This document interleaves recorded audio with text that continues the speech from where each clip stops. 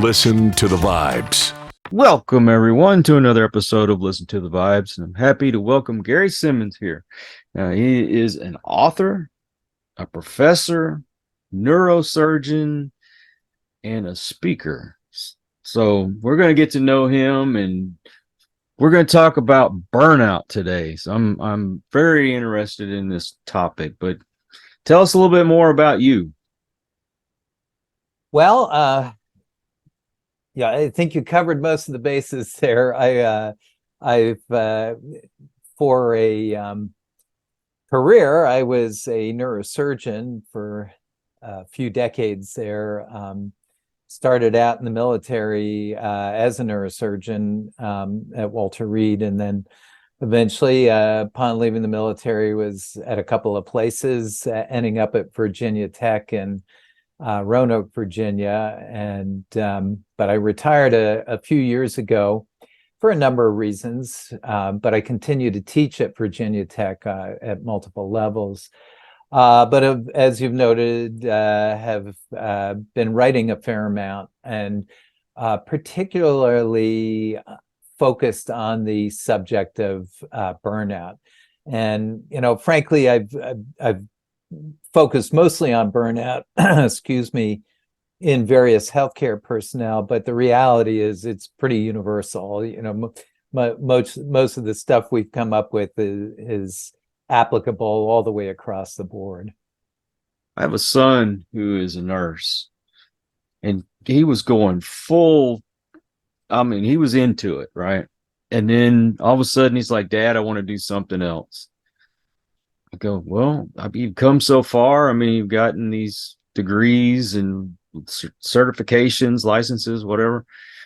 And so he tried something else. And then the next thing you know, he's right back into the medical field and he's going full force again. Well, why does that happen?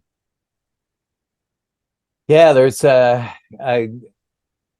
lot of layers as to why it happens, but it's interesting that it's felt that people who really are high achievers, put a lot of pressure on themselves, work hard, throw themselves fully into everything they do. There are particular setups potentially for burnout because they put high expectations on themselves and on the world around them. And as we all know, things don't always go as perfectly as we would like them to go. And so people who are in high demand situations, particularly where there is less control, where they feel like they have less control, are kind of set up for experiencing what we're calling burnout. And I guess I should probably define it, and I'm going to define it in a couple of ways. One is kind of the traditional way, and another is I think a more effective way to look at it. But we think of burnout as being in three components, or there being kind of three components to it. One is a sense of emotional or psychic exhaustion, where you don't have the energy to do what normally you would do and not even think twice about it, but just getting out of bed and getting there to work and doing the stuff that you've been doing for years just seems like such a labor, such a chore. And then there's mixed with that is potentially a sense of going numb, or a lack of empathy, where you just don't really feel for the people around you. You don't feel for their lot. It's less you're less able to get involved to help others out. And then finally, there's a component of it that's pretty common, which is a sense of I'm doing all this. I'm throwing myself into this, but nothing changes. I haven't moved, the wheel one bit. We haven't gone down field an inch. So a sense of nihilism. And those are those fall into the more standard definitions of what burnout consists of. And there's different tests you can take, assays that you can take that say, oh, you're burned out or you're not. But I like a different analogy that I learned from a good friend who's a clinical psychologist. And what he says is, in some ways, a good way to look at things is that we all have kind of a bank within us of energy. And I don't know what kind of energy you want to call it. You can call it emotional energy or psychic energy or energy, just to do things, to do the stuff that you do day to day. And basically everything that you do, every person you interact with, every experience you have day to day, either makes a deposit in that bank or a withdrawal. And I think we all can think of some of the things that would make big withdrawals out of that bank. But one way or the other, you're either depositing it with stuff that really makes you feel good or fulfilled or engaged or something like that, or you're making withdrawals on the things that are just, doggone it, I can't believe I'm doing this again, that sort of thing.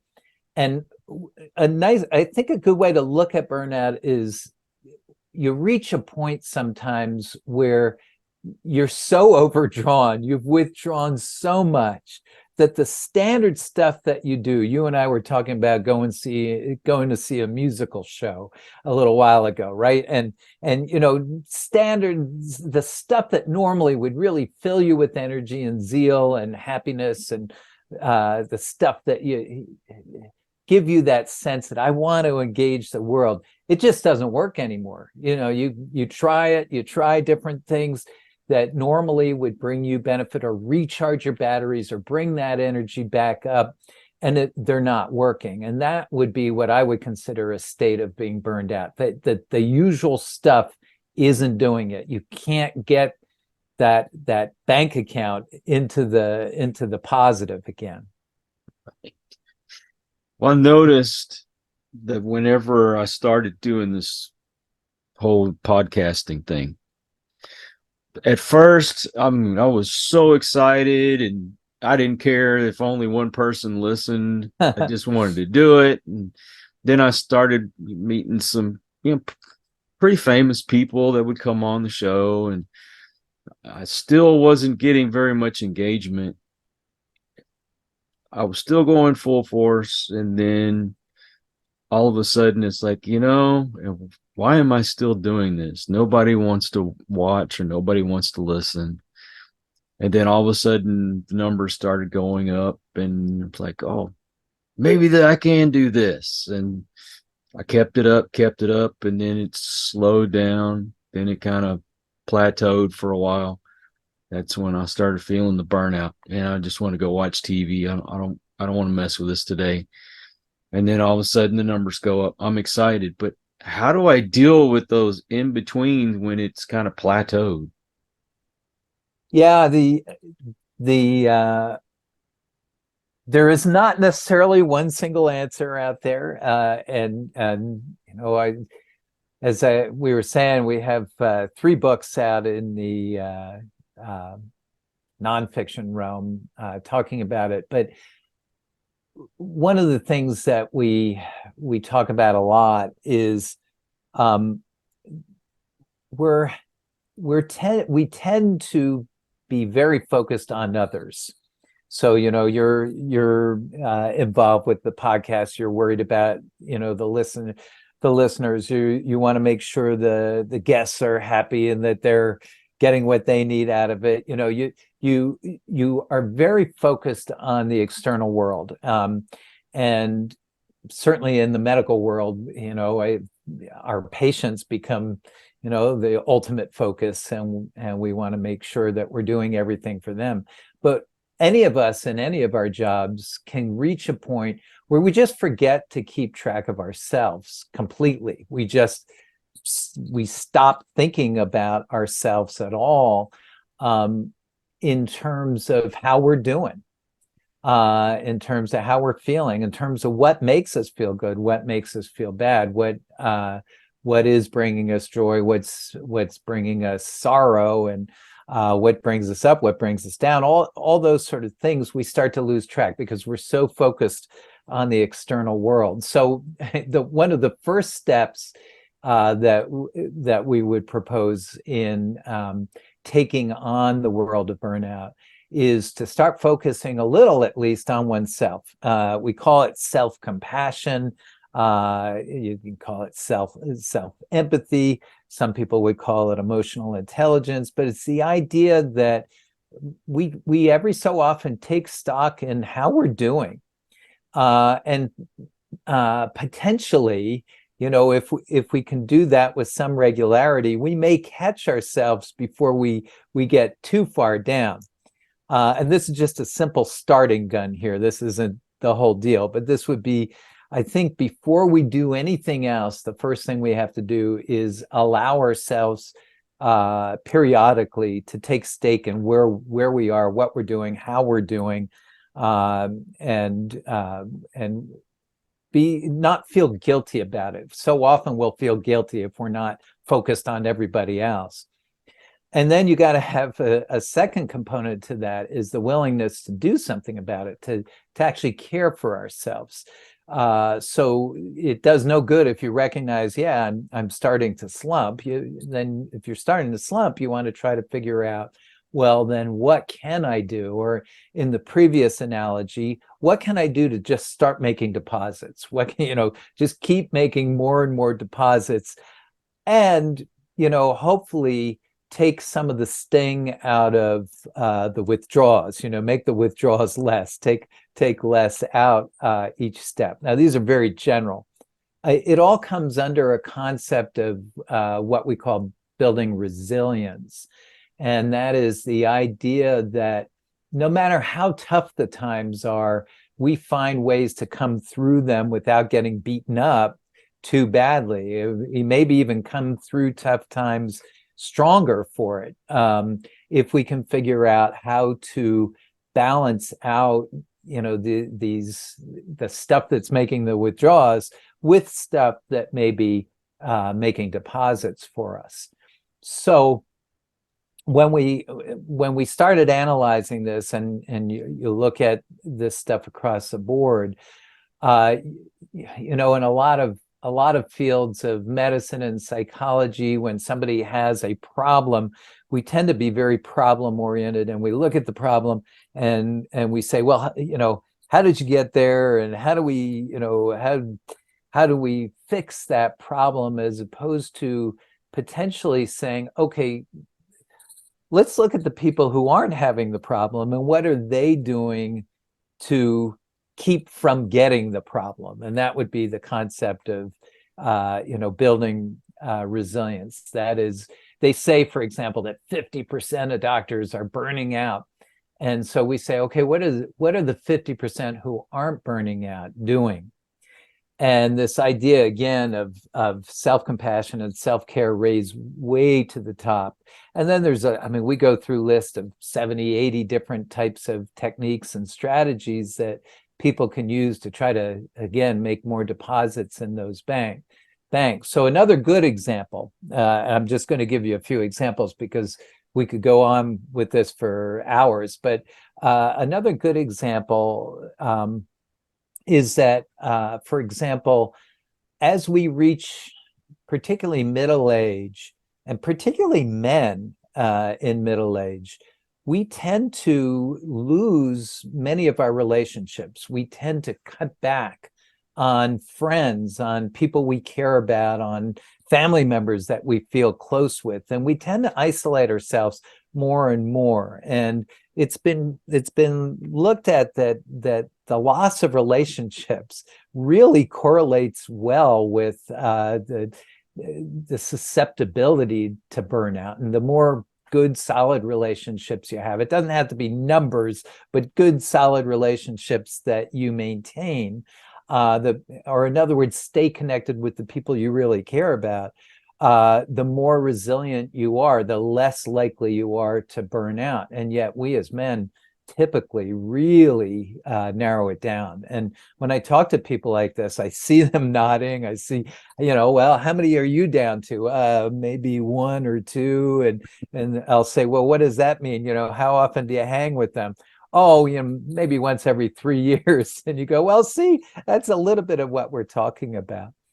I'll give you a couple more techniques that we think are really important, and then we can go from there, because I don't want to just keep blabbing on for you. But a couple of the other big power hitters kind of are, one is something that we call debrief your stressors.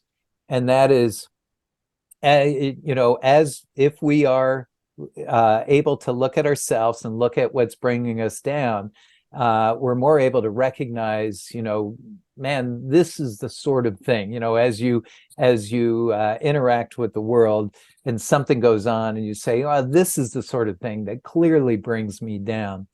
It's good potentially periodically to be able to talk about these things that bring us down. So, in your example before, maybe you see listenership sag, and you really feel it, and you start feeling anxious, you start feeling maybe nihilistic, where, well, why am I bothering, that sort of thing. And it's good in those circumstances if you can have some trusted friends or colleagues to be able to say, hey, look, I'm really taking this bad. I'm feeling bad about what's going on. And it's interesting. It doesn't really help to just kind of go over a stressor piece by piece, point by point. In other words, just kind of complain about it. What we're really interested in is how it affects us. And this really, like I said, this really gets me. It makes it hard for me to feel motivated, would be kind of the language we were looking for. Or, you just get into an argument with a colleague, and rather than getting into, he said this, then I said this, then he said this, and can you believe then he said this and he did that, it's better to say, look, I had a bad interaction with a colleague. I would love to stay out of it, out of that sort of thing. It always really makes me feel awful.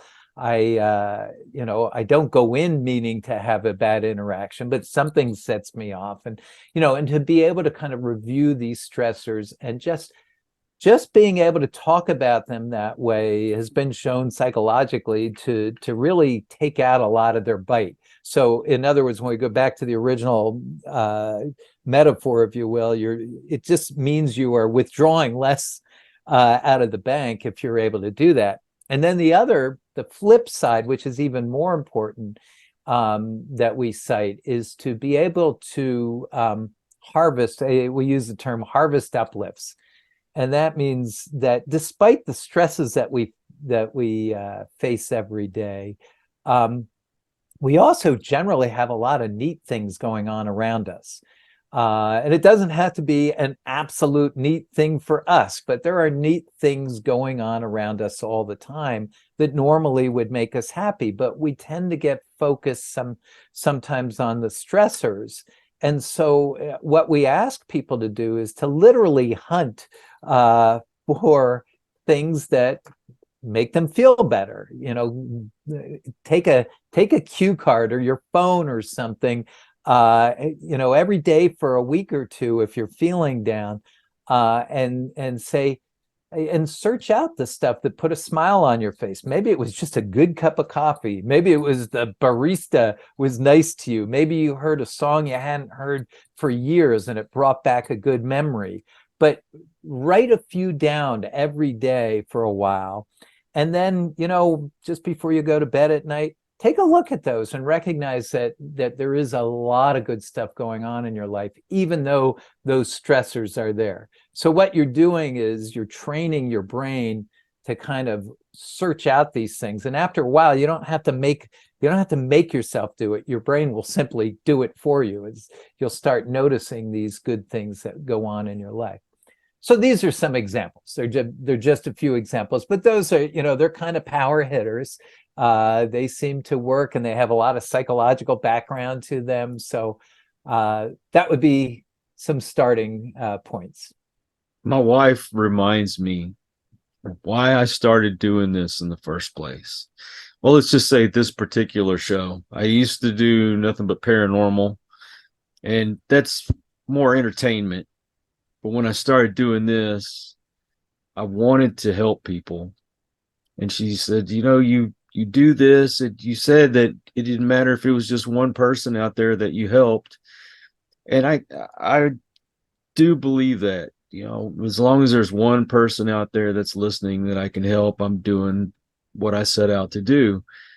Where I falter is when I have a guest on and I'm wanting to promote whatever it is that they're doing, whether it's a book or if they're counseling people, life coaches, that kind of thing. I want to help them as well. It's almost like I make a promise to them, and then I'm breaking the promise, and then I get down on myself, and then I get burnt out, and then I don't want to do it anymore. But that's selfish, and I don't want to be selfish.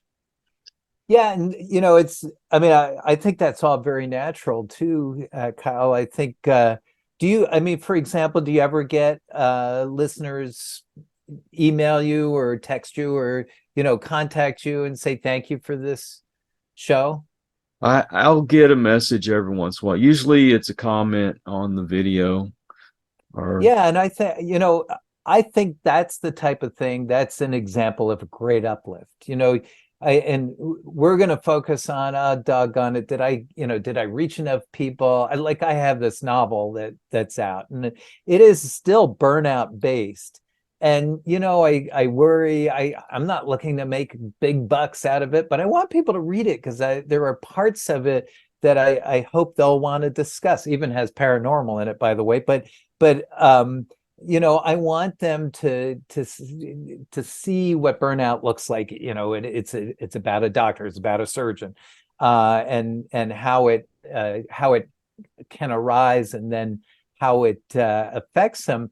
And I thought a fictional account in some ways would, put the reader right there. But anyway, I worry about how many people are actually going to read it, and what is enough to make me satisfied. The reality is, if it reaches a few people and they say, doggone it, I learned how to better take care of myself, I think, we're doing a great service. And so, another analogy I can think of is, I can give a talk. I often give talks about various things, and I can give a talk to, let's say, 100 people. And, in the medical world, at least, they survey the people afterwards and see how satisfied they were with the talk. And I could have 99 people say that this was a great talk, really changed their lives. And if there's one person who said, man, that really sucks, I can't stand this guy, that will eat at my soul. And I think, again, what we're allowing ourselves to do is to focus too much on the stressors, on the negative, on the withdrawal, and not go with the positives, not go with the things that will really bring us a sense of fulfillment. So if you're reaching one person at a time, that's great. If you reach 10,000, that's great. It's funny that you mentioned about getting that negative comment. I'm kind of the opposite. I've had people call me a few choice names and things like that. That just motivates me more. Like, oh, I ticked off somebody today, so I must be doing something right. Well, it depends what your goal is, right? But the ultimate goal is I want to help people. And the way to do that, since I'm not a life coach, I'm not a psychiatrist or anything like that, I bring people like you on that can give others advice, help them along their journey, whether it's a spiritual journey, emotional, what have you. And once again, I go back to, I feel like I'm letting down my guest as well as the listeners. But I know I have at least one person out there that'll watch my videos every day. I do know that. Well, and it's that's one of the nice thing about things like the videos is they're there for a while. People may discover it 3 years from now and get a lot of benefit out of it. So I think it's really good work. It's important to be doing. I also wonder too about kind of the ripples in a pond effect, where although you may not be happy, let's say, with the numbers in the listenership, or I may not be happy with the number of books that are sold, for all you know, there are 3 people out there who are deeply affected, and they talk to another 3, and they talk to another 3, and next thing you know, you've had some real impact. And so again, I think we're a little too harsh on ourselves for not being, Stephen King or something, or Larry King. You probably remember Larry King a little bit, but I mean, we're never going to have those sort of audiences. But again, if you can get a few people thinking, just even thinking, and I think that's where things like your videos, your casts I think are really good, because certain things that you'll say or that a guest says may not seem to have any profundity at all. It may not seem like the earth is shaking from what you were saying, but somebody could be driving along and listening, and a certain point, really resonates with them, and they think, I never thought of it that way, and they go home and they have a better life for it. So I think it's an honorable thing that you're doing, and that should be an uplift, that you are helping people. You're just never going to be able to measure it. Well, I'll bring, say, a famous musician or actor on, and then I feel maybe that'll be a draw to get people to come in. But I like to ask my guests if there's been any hurdles in their life, and a lot of times you'll get some really good stories. I've only had one artist that came on, and I asked him, and he said, "No, not really. My life's been pretty smooth." And I'm like, okay. Well, I mean, that may be just somebody who's learned how to really put the deposits in the bank, and they're not seeing the things. And that's the thing, that's a real interesting point in some ways. I'm in a med school admissions committee, and the med schools, they're always looking at all these poor kids. They've got to go through a million hoops to get in. But anymore, it's such a common question that are thrown at the kids that say, tell me about an adversity that you faced in your life and how you overcame it.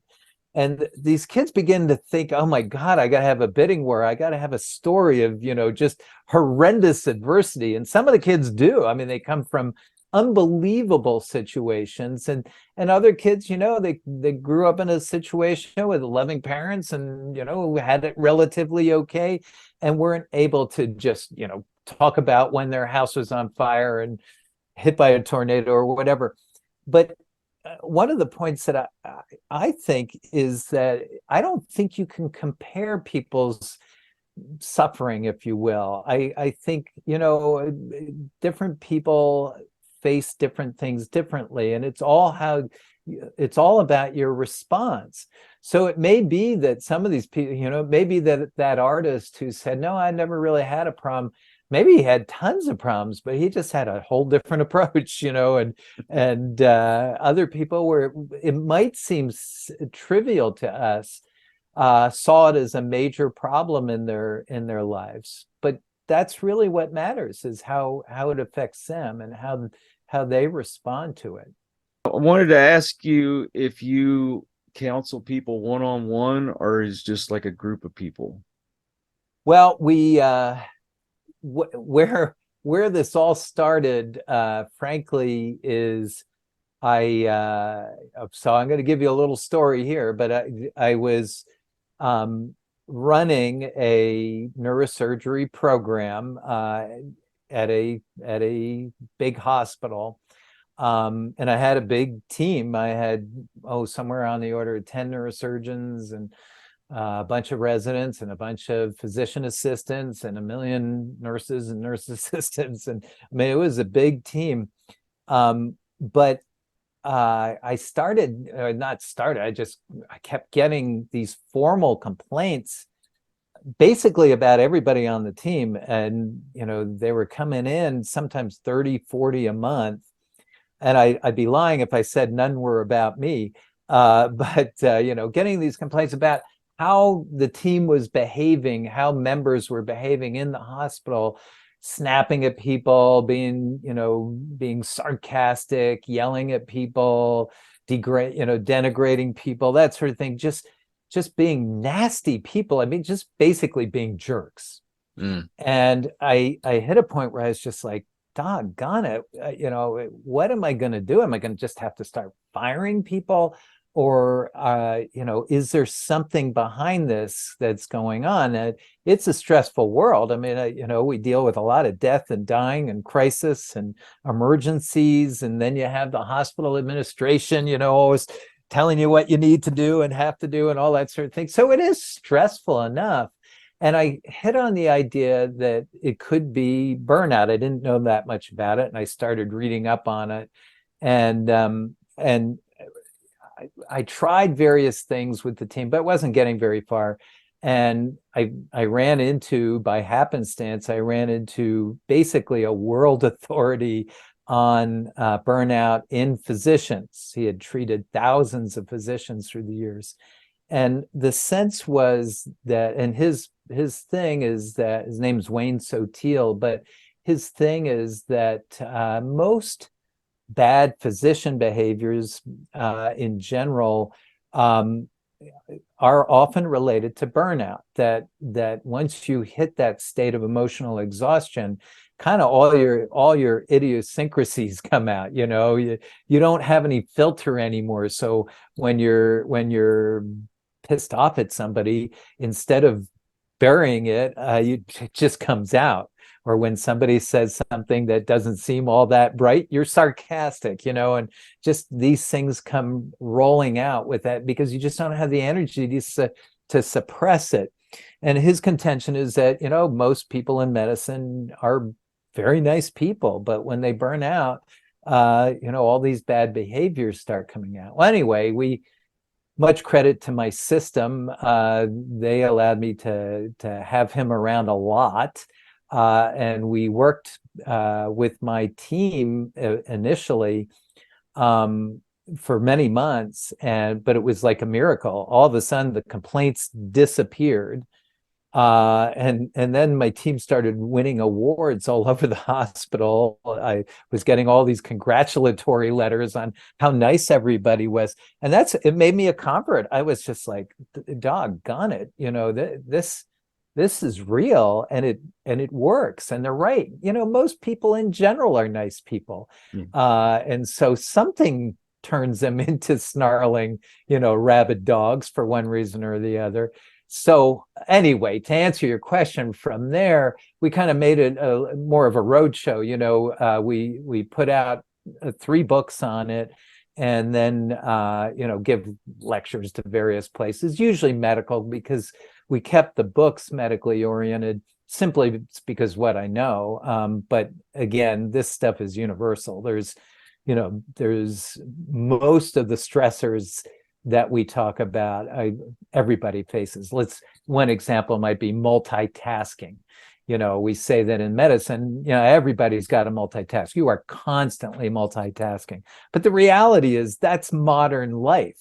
That's what everybody's doing in their worlds everywhere. You've got 15 million things coming at you at once. The darn text is going, the email's going, so we're all multitasking. It's not just in medicine.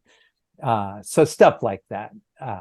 So yeah, that it's more kind of various lectures and discussions and talks and that sort of thing. What is your website? My website is my name, .com. So it's Gary, G-A-R-Y-R, for my middle initial, Simonds, but it's spelt like Simonds with a D. So it's S-I-M-O-N-D-S. So Gary, G-A-R-Y-R, S-I-M-O-N-D-S.com. And they can get your books on there? You can find the books there. The books are all out on Amazon and independent booksellers and that sort of thing. And there's all sorts of ways to contact me if anybody ever wants to talk about burnout and get deeper into the weeds. We can go very deep as people want. And then, like I said, we can, I put on the website that, I love discussing a whole bunch of other things just because my world was a fairly intense world. So you develop certain skills, I think, just out of being there. So for example, I talk a lot about giving bad news. I consider myself a world expert on giving bad news, not because I'm any good at it, but because I've done it thousands of times. So you kind of start learning what works and what doesn't work. And different leadership concepts and different, other things that we call crucial communications. And then I also very interested in, kind of the intersection of science and spirituality, if you will, or science and religion, or even science and the paranormal, because sometimes the two seem mutually exclusive, but I kind of have a much more open mind about it. I'm kind of like, I don't think science disproves anything, necessarily. And also, what about your social media? I'm on the usual Facebooks and LinkedIn and TikTok and Instagram. I actually right now I'm kind of making a bunch of mini videos, and they're very amateur. They're just me holding the phone, doing short videos, 1 to 2 minutes, about getting into healthcare graduate schools. Because again, I work with undergrads a fair amount, and I see all the stress they're under, and so I'm trying to help just answer a lot of questions and give them direction on how to make themselves most attractive to the med schools and the PA schools and the nursing schools and stuff. So yeah, that's what you would see a lot of on my social media. You're wearing a lot of hats. Yeah, I guess my wife says, when do you start getting paid for any of this? I'm like, well, I don't think that's coming anytime soon. Well, Dr. Simonds, I thank you so much for being on the show. It is distinctly my pleasure and my honor, and please don't ever call me Dr. Simonds, just call me Gary. But it's really a delight, and again, I salute what you're doing. I think it's great. Thank you. And I also want to thank all you folks out there. If you are new to the channel, I hope you'll come back, hit that subscribe button, and for my regulars, you guys are awesome because you make it possible for me to do this. And until the next one, everyone, please take care. Be kind to one another. God bless and peace. We hope you enjoyed this episode of Listen to the Vibes.